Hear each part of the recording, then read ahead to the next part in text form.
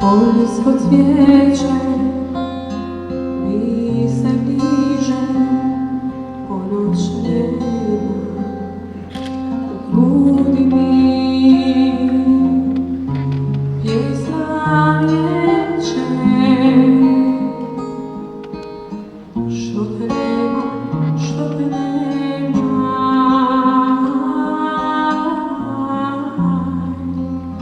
što te nema.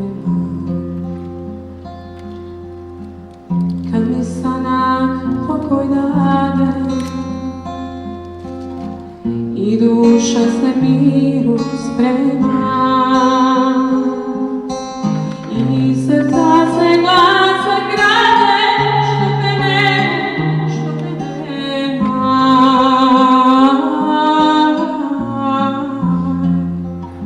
što te nema. I srca se glasa grade, što te nema, što te nema,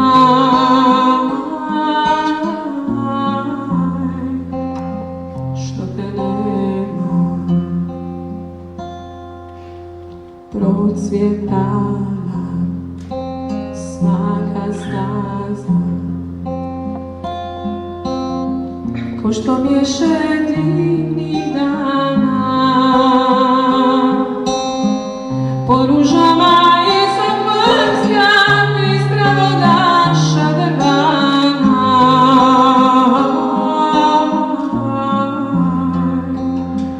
Šadrvana. Po ružama iza mrska ispravoga šadrvana.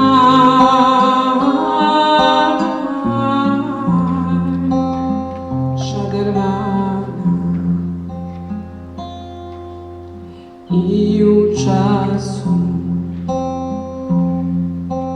bujne sreće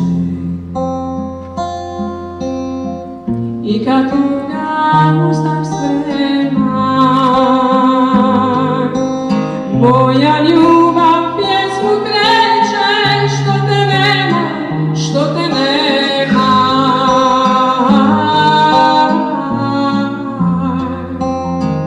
što te nema. Moja ljubav pjesmu kreće, što te nema, što te nema,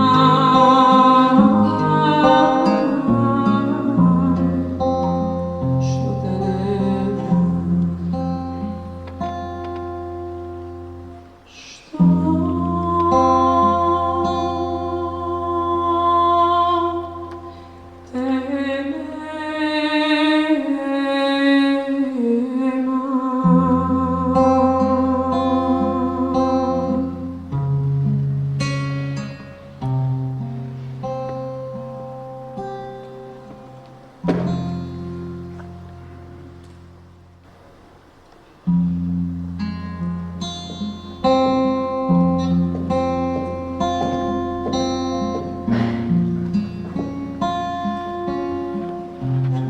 Kapetan mora.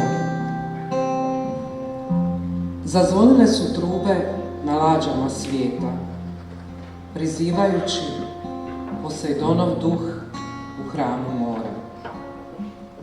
Uz oproštajni pjev nimfi za kapetana srca dobroga. Nek su ti mirna vječna mora. Tempi passati, od ljudske suze se otkida i baca sjećanje na kapetana mora.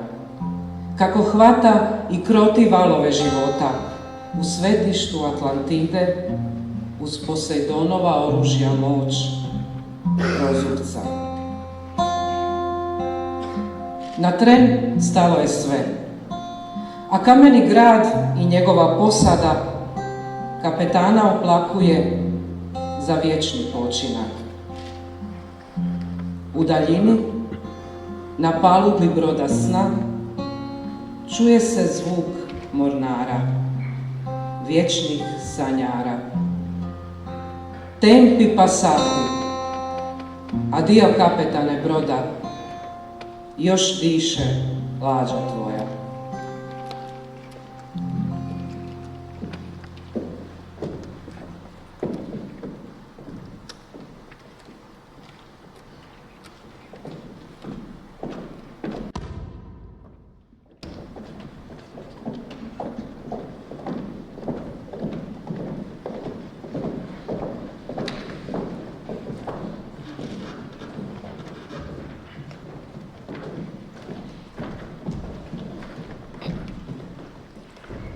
I otrt će Bog svaku suzu s očiju njihovih.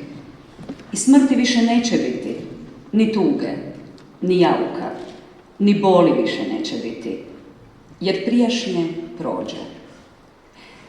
7. svibnja u ranim poslijepodnevnim satima vijest koja se tolikom brzinom proširila, ne samo Zadrom, nego i Hrvatskom i svijetom, ostavila nas je u stanju u kojem te mogu ostaviti samo oni ljudi koji u naše živote urežu dubok trag.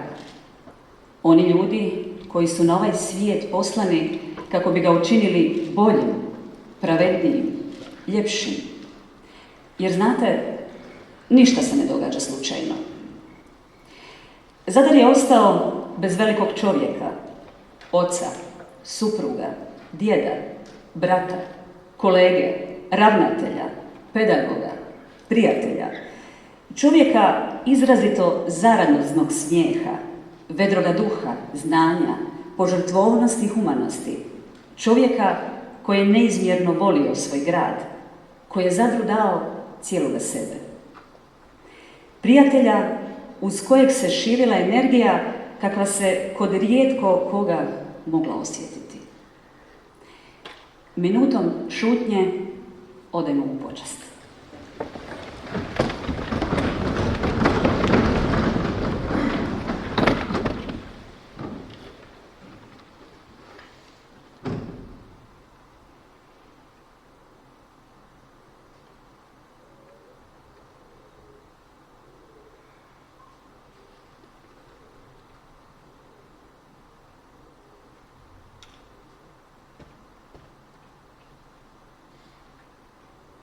Neka mu je vječna hvala i slava.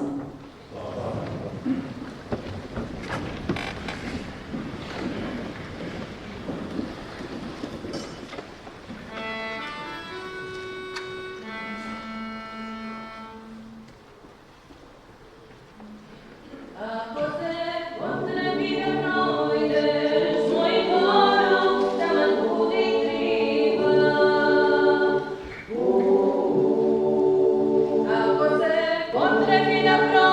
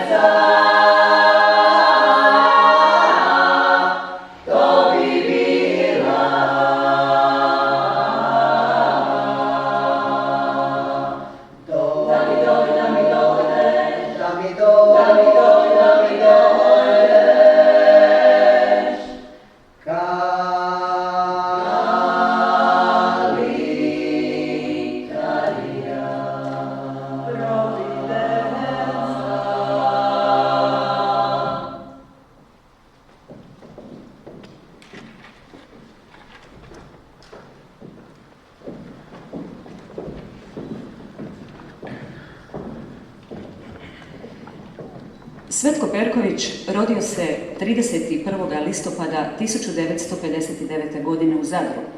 Svoje sretno djetinjstvo i mladost proveo na zadarskim ulicama, na svojoj Meladi, odrastajući u onim nekim skromnim, ali toliko lijepim godinama s puno čvrstih prijateljstava i veselja. Osnovnu i srednju pomorsku školu s odličnim uspjehom završio je u Zadru. Diplomirao u roku na brodostrojarskom smjeru Pomorskog fakulteta Sveučilišta u Rijeci. Dodatnu psihološko-pedagošku naobrazbu za nastavničko zvanje završio je na Filozofskom fakultetu u Zadru. Nakon srednje škole pripravnički staž odradio je na brodovima tankerske plovidbe iz Zadra. Po završetku studija 1984. počinje raditi u Pomorskoj školi Zadar kao nastavnik stručnih predmeta u brodostrojarskom odjelu. Od 1994. godine ravnatelj je Pomorske škole Zadar.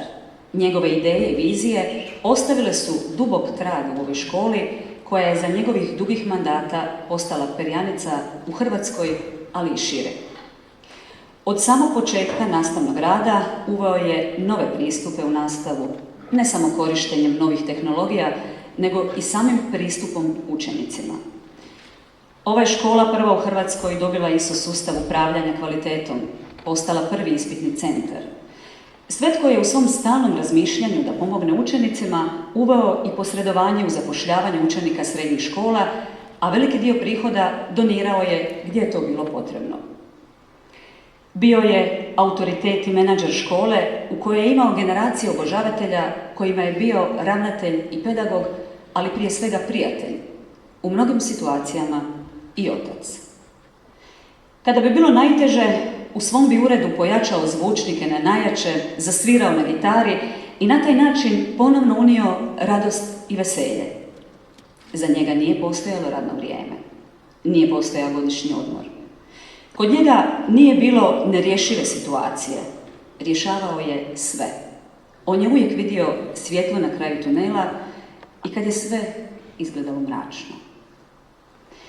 Svetko je bio i vanjski suradnik na brodostrojarskom smjeru područnog studija u Zadru, Pomorskog fakulteta Sveučilišta u Rijeci, te na odjelu za pomorstvo i promet Sveučilišta u Zadru.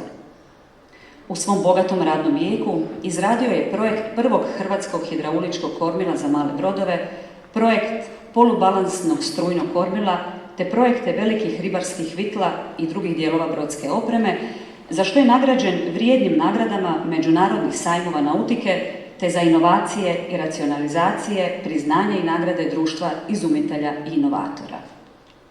Važno je spomenuti da je Svetko bio uključen u UNESCO projekt o zaštiti mora i priobalja SEMEP i imenovan nacionalnim koordinatorom. Stoga je bio i voditelj hrvatske delegacije na međunarodnoj ljetnoj školi SEMEP-a u Grčkoj i na Visu. Za svoj rad 2016. godine, evo upravo ovdje na ovom mjestu, nagrađen je grbom grada Zadra. A Pomorska škola više je puta nagrađena godišnjom nagradom i grada i županije. No njegova najveća snaga i najveće bogatstvo i mirna luka bila je njegova obitelj. Supruga Marija, kćeri Sanja i Antonija, unuci Maša i Simon, brat Denko. Dio njegove divne obitelji je i vjerni psić Ali, koji je ime dobio po nagovaranju njegove djece da ga primi. Ali tata, molim te, bila je rečenica koju su Sanja i Antonija ponavljale dok god nije pristao na dolazak kućnog ljubimca i od kojeg se kasnije nije odvajao. Svetko je živio punim plućima za ovaj grad. Bio je rocker, bio je bajker, bio je Coca-Cola generacija. Uz sve svoje aktivnosti, svoj veliki trag ostavio je i u Rotary klubu Zadar, te Zadarskom društvu Propela.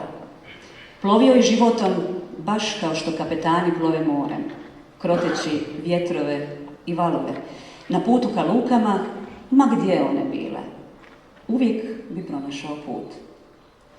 Kapetane, mirno ti bilo more.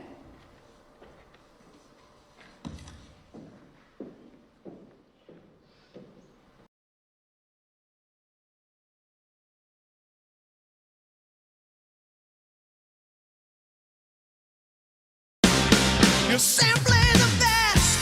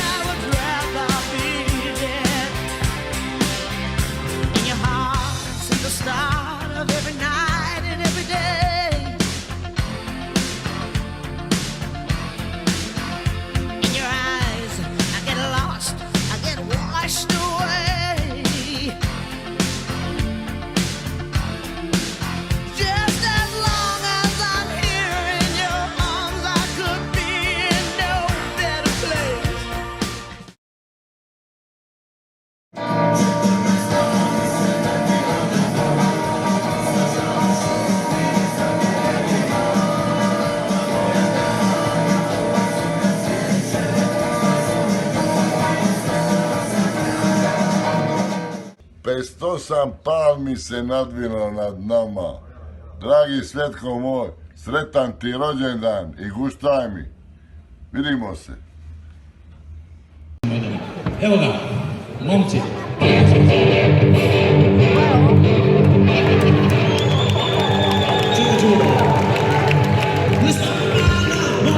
Muzika da svira, letano, pije mama!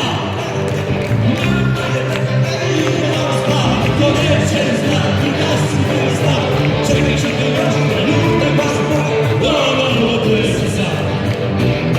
Da plesa sad, uvijek se svije, zove, muzika se čuje, stavljene su plaske. Ko je prvi? Pomorska! Ko je najjači? Pomorska!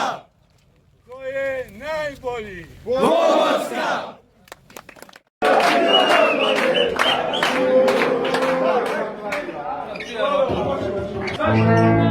Koliko je palme na otoku?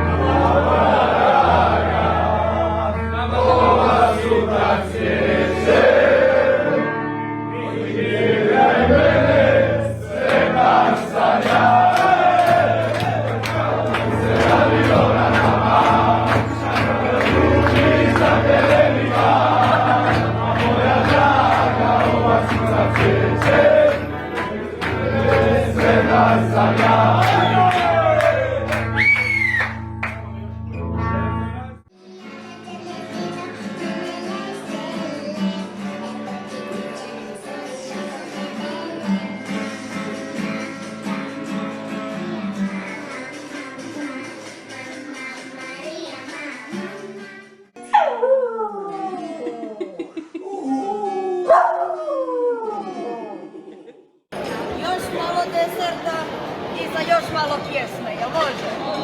A evo da pokažemo Bavarcima da znamo i mi pjevati. Može jedan?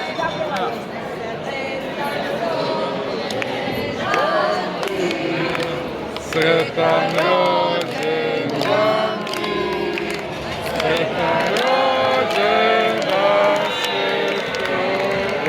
Svetko, sretan rođendan ti.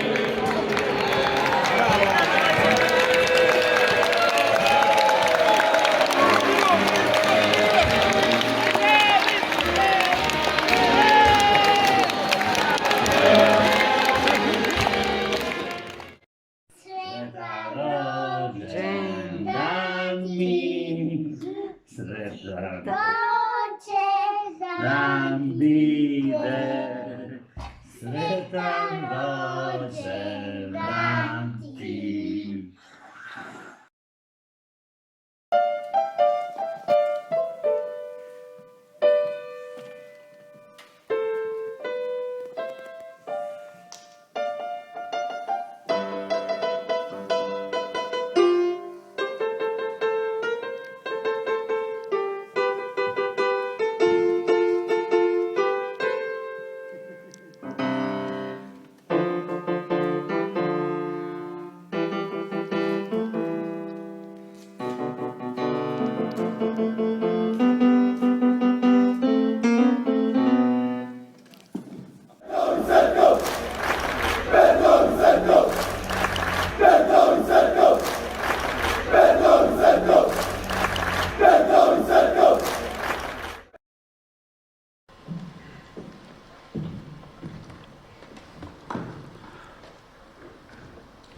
Stotinu Himalaja, Sidnili.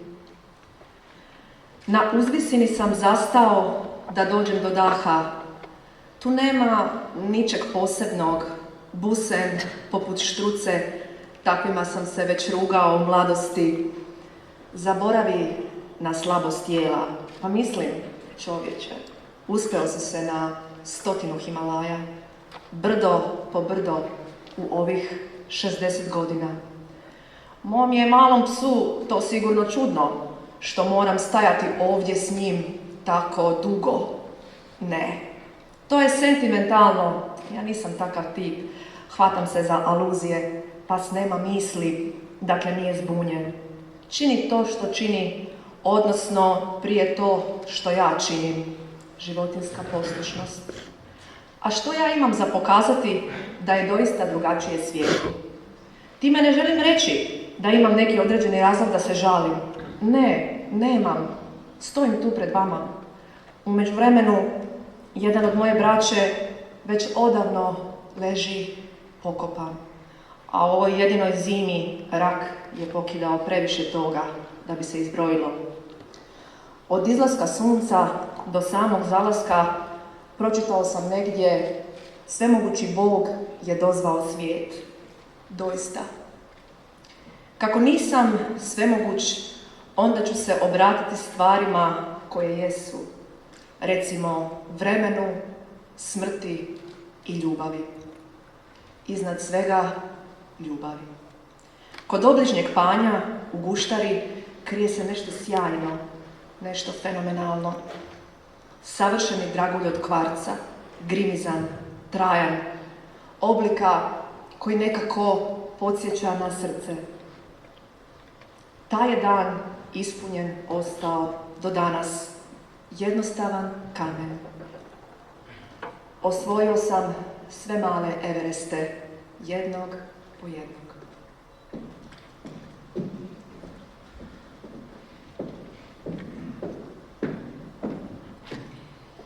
Pjesma Stotinu Himalaja koju je napisao Sidney Lee, a izvala profesorica Ivana Milutin, kao da je pisana baš za našeg Svetka.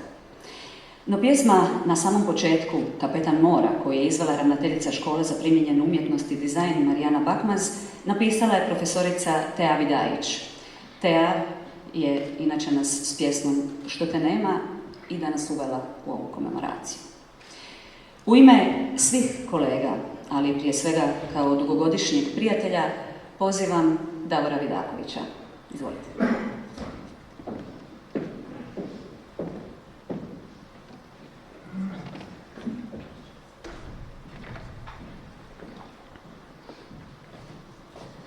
Draga i poštovana obitelji Perković, uvaženi prijatelji, o Svetku možemo govoriti vječno. Svetko je bio jedinstven, neponovljiv, čovjek biološke inteligencije, vizionar, humanist, altruist, kozmopolit i puno toga drugog. Ali da bi na neki način oslikao njegov karakter zorno, ja ću vam ispričati 3 kratke priče iz našeg dugogodišnjeg suradnje i prijateljstva. Naime, Svetka sam upoznao 1978. godine, on je bio maturant pomorske škole, jedan mladi profesor. I dopalo me da budem dežurni na zadaći iz engleskog jezika na maturi. Kako je Svetko bio, kako mi znamo često reći u prosvjeti, genijalac, on je vrlo brzo uradio svoj zadatak i onda je zdušno trudio se da pomogne i ostalima kojima je to nešto teže išlo.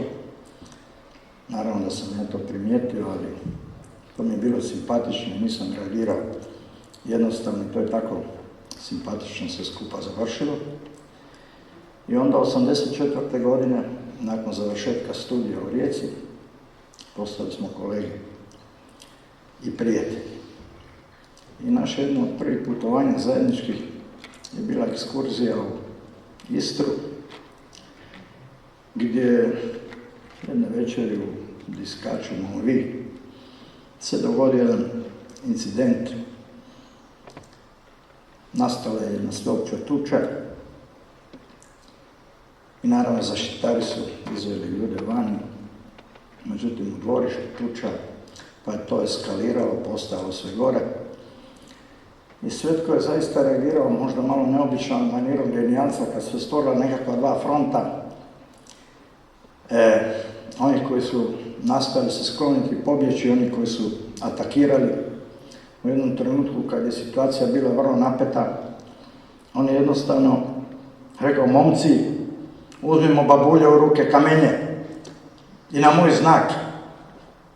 I sad, ja sam se začudio, ali svi kamenje i mi smo tako udarili jednu kanonadu prema uvjetno kazanim protivnicima. Stvorila se distanca i uspjeli smo evakuirati učenike na sigurno, bez neke ozbiljne štete. On je 1994. postao ravnatelj pomorske škole, moja malenkost je 1995. došla u medicinsku i naša putovanja su se ponovo nastavila. I tako jedno od prvih je bilo Dubrovnik, ministrica Ljilja Vokić i s nama u autu još troje, dvije kolegice i kolega. Jedna je bila novopečena ravnateljica koja još nije poznavala situaciju i u povratku iz Dubrovnika, negdje u rijeci Dubrovačkoj Svetko u jutarnjim satima oko 9:30 stane natočiti gorivo, a kolegica izađe za govornicu na pumpi i kaže idem se javiti svojima doma da otprilike kažem kad stižemo. Mi smo u čudu pogledali malo, ali ona je telefonirala, nastavili smo put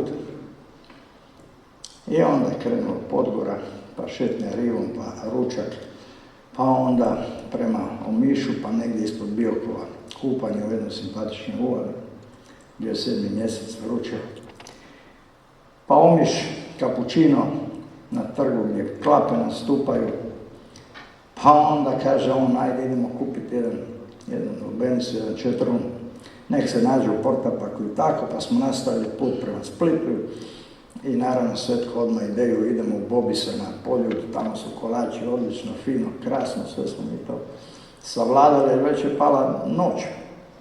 I nastavimo dalje prema Šibeniku, kada ću u Varoši, dolje u Šibeniku, ima štrudle sa višnjama, sjajno, idemo tamo, pa Biograd, na kraju negdje oko 2 sata, u gluho doba noći mi smo stavili tusticu, izvadili onu lubenicu četrun iz Portapaka, razbili ga u stijenu i tako pred upaljenim farovima smo to jeli.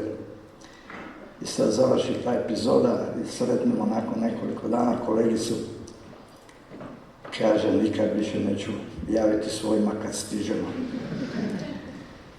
I koliko je Svetko bio odan svom poslu, još jedna kratka priča. Sjećam se da je datum bio 9. siječnja, danima je padao snijeg, sve je bilo u buri, u ledu. A ministar Strugar u to vrijeme zove nas na sastanak u Zagreb i sad mi se konzultiramo ko ide, šta ide, kako ide. Međutim, niko se nije usudio po tom vremenu, ali Svetko i moja malenkost idemo. Ja sam sjeo u auto i krenuli smo, prošli Maslenički most, tamo na skretanju za Jasenice, rampa. Što ćemo, Svetko? Ništa, ti džeki ne brini. On izađe iz auta, makne rampu i mi produžimo. I vozimo prema Obrovcu, prema Bravaru, sa strane 2-3 auta, razbijena, slupano, puše, nosi bura. Kako on simpatično znao reći, ispričavam se na izrazu, ali zorno ga citiram, bura za popizdit. I dođemo do Zatona Obrovačkog, policija zaustave nas, pa di ćete, ste ludi, ovo, ono, pa ima televizijsku opremu. A Svetko koji stopa ispali naravno u Portapakove. Naravno nismo imali nikakvu zimsku opremu, ni ljetne gume i tako dalje, ali idemo dalje i negdje u sredini između Gračaca i Udbine jednostavno brisači više ne rade za ledu. Ja kažem Svetko, ajde odi molim te, pokidaj taj led vani i on izađe vani, lomi led na brisačima. U tom trenu zazvonim u mobitel. I ja se javim, jedna novinarka naša poznata s jednog zagorskog radija, kaže, je li tu Svetko? Ja kažem, jedno lomi led vani. Kaže, koji led, šta led? Kakav led? Pa ja kažem, mi smo u Lici. Vi u Lici, pa jeste ludi, pa mislim, ovo je kataklizma. Je, ali mi idemo na susret s ministrom, tako dalje, i naravno prošli smo susret s ministrom i na kraju smo završili s ministrom na večeri u hotelu Internacional u Zagrebu, u Stamburaši. I do dugo u noć smo lijepo proveli.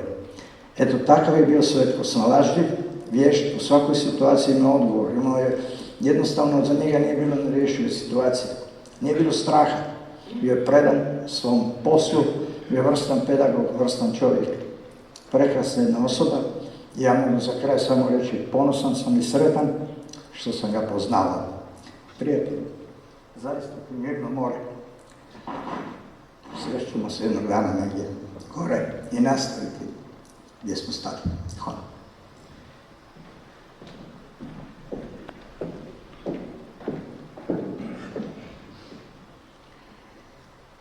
Kada smo ove godine povodom Dana županije uručivali nagrade za 2019. i 2020. godinu, u sve nas uvukla se tjeskoba, jer po nagradu za pomorsku školu nije mogao doći Svetko. U ime Zadarske županije, ali prije svega u svoje osobno ime kao Svetkov prijatelj iz dječjeg vrtića, školskih dana i mladosti, obratit će nam se župan Božidar Longin. Izvolite.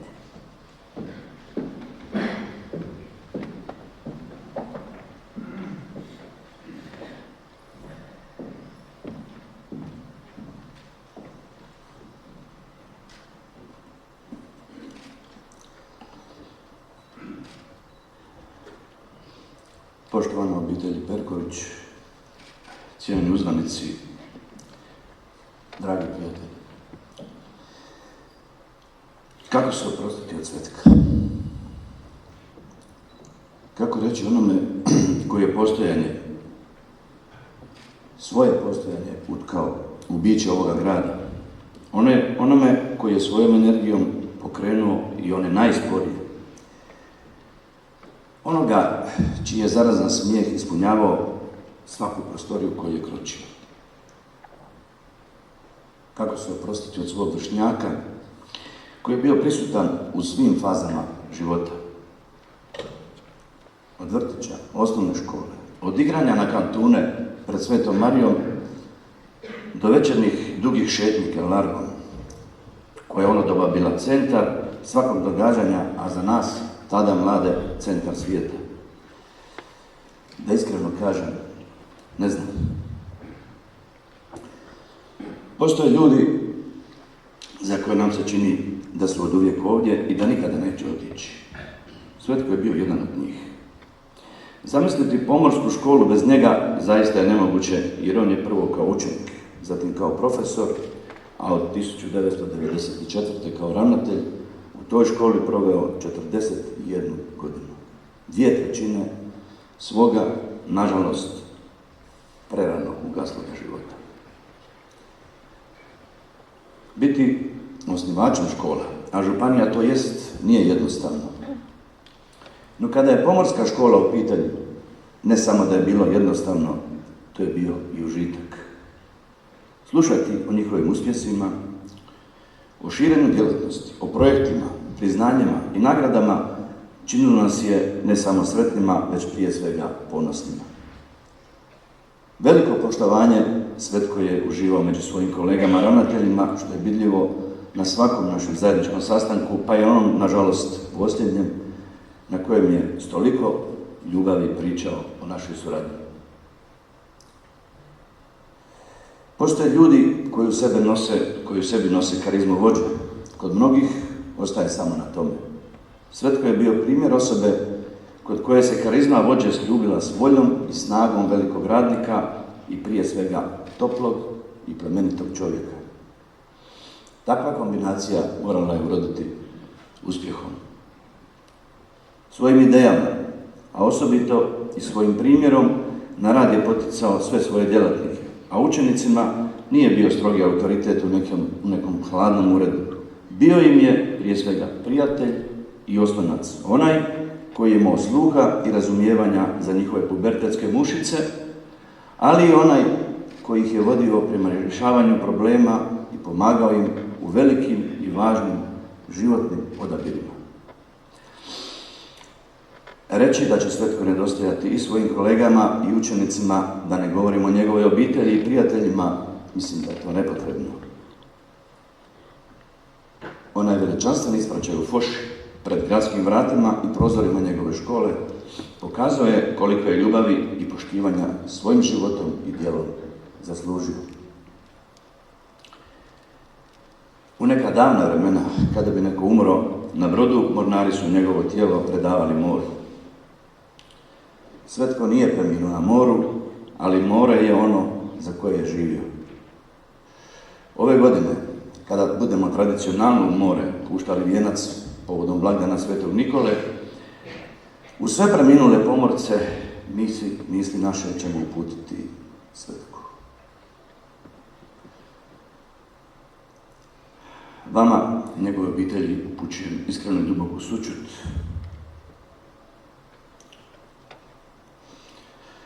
A tebi, prijatelju, adio.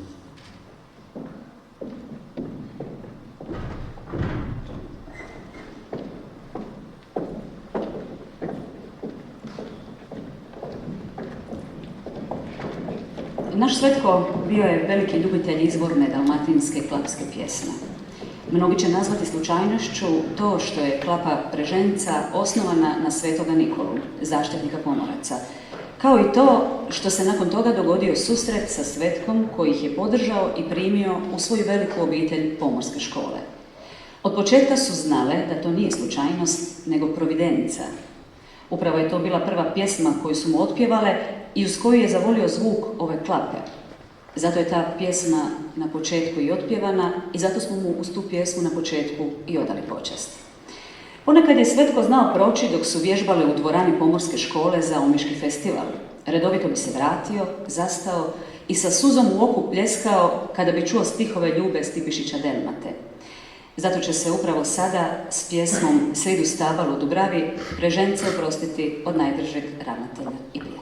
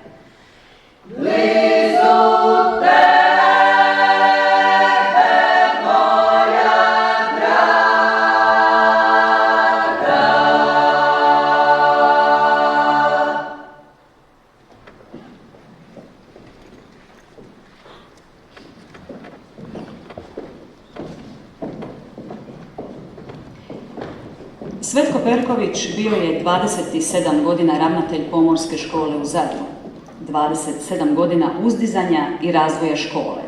Škole koja je danas ispred svoga vremena. S dobrim vjetrom u jedrima ovoga broda, mjesto kormilara morao je zauzeti Marin Perinić. Molim v.d. ravnatelja Pomorske škole da nam se obrati.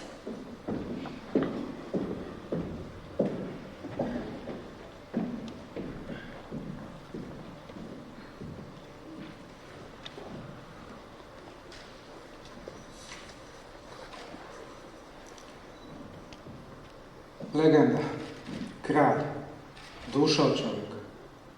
Sve su to epiteti koji su nam krasili Svetka Perkovića. Međutim, malo je riječi koje bi dostojno pisale našeg Svetka. On je punih 37 godina, a od toga 27 godina kao ravnatelj davao cijelog sebe obitelji, školi, svome gradu, svima. Rijetki su ljudi koji se rode s takvim neumornim optimizmom, koji je isijavao iz njega prema svima, uvijek i bez iznimke. Uz njega kao vođu, kao kapetana našeg broda znanja, sve se činilo lako. Za njega nisu postojali problemi, samo izazovi. A više od ičega naš Svetko je volio dobar izazov. Od škole je stvorio brend i postigao ugled koji ona danas uživa. Nije mu bilo lako, kako je to često volio naglašavati svima nama koji smo došli malo kasnije. Pred sobom je imao genijalan kadar, a prvi izazov mu je bio tada kao mladom 35-godišnjem ravnatelju postati vođa istim onim profesorima koji su mu nekad predavali. Svojom karizmom i sposobnosti zadobio njihovo povjerenje te je stvorio od njih snažan i spreman tim.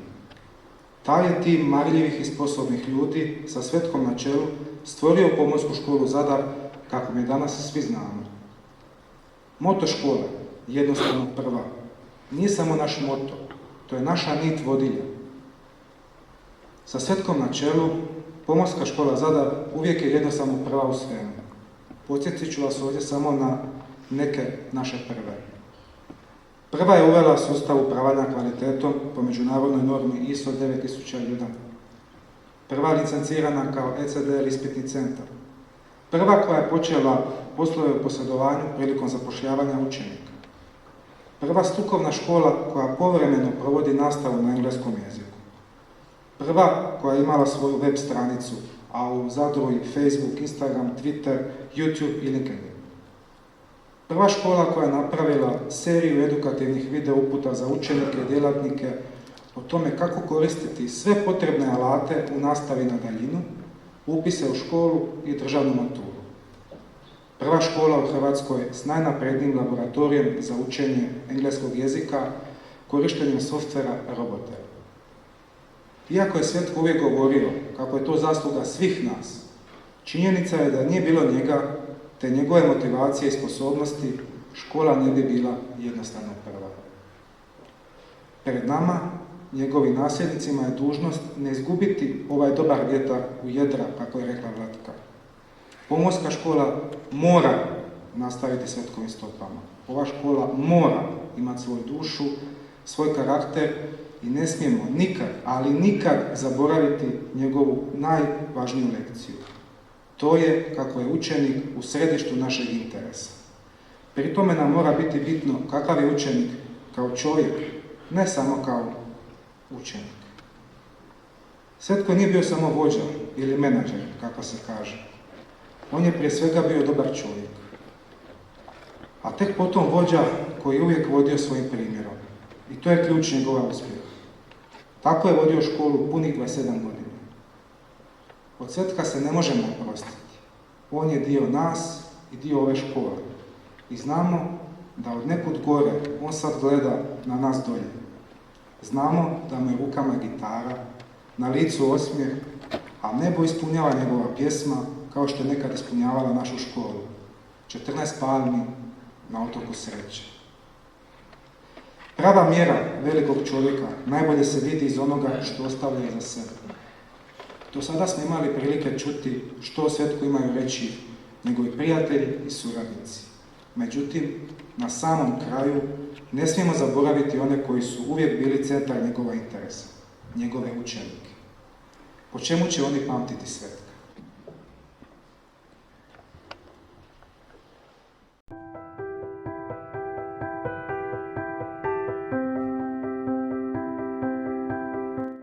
Ja sam Vedrana, nekada Grubić, danas Artuković, učenica 4. Š, generacija 2007-2008, razrednica jednostavno predivna Vesna Šimičević.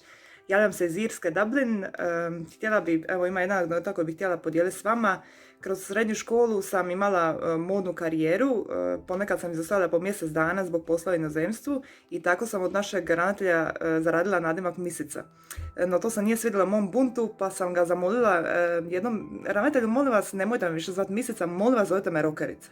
Na što je on naravno u svom stilu odgovorio, ma dobro Misice, od danas si Rokerica.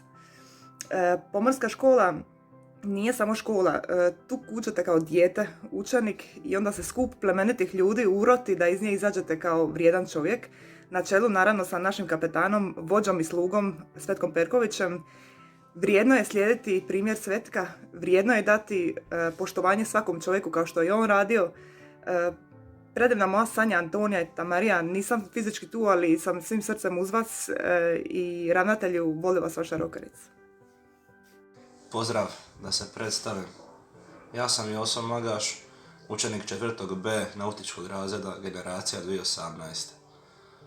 Ovaj video se pravi u spomen našem legendarnom dobrom ravnatelju Svetku, o kojem bi se stvarno moglo ispričati bezbroj anegdota i svega i teško je izdvojiti samo jednu.